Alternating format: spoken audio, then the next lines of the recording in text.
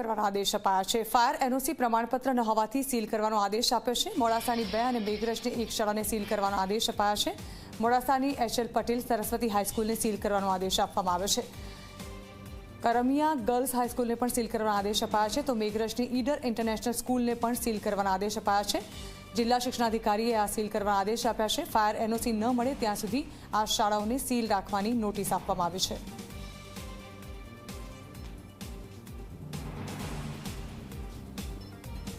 અરવલ્લી જિલ્લામાં તમામ શાળાઓને તપાસ કરાવી અને ફાયર એનઓસી સંદર્ભે તમામ શાળાઓમાં છે કે કેમ એ તપાસ કરી તમામ શાળાઓમાં ફાયર એનઓસી સંદર્ભે કોઈ પ્રશ્ન નથી, પરંતુ 3 શાળાઓમાં એમને રિન્યૂ કરાવવાની કાર્યવાહી ચાલુ છે। એ સંદર્ભે સીલ કરવા માટેની નોટિસ આપવામાં આવેલ છે। અમદાવાદમાં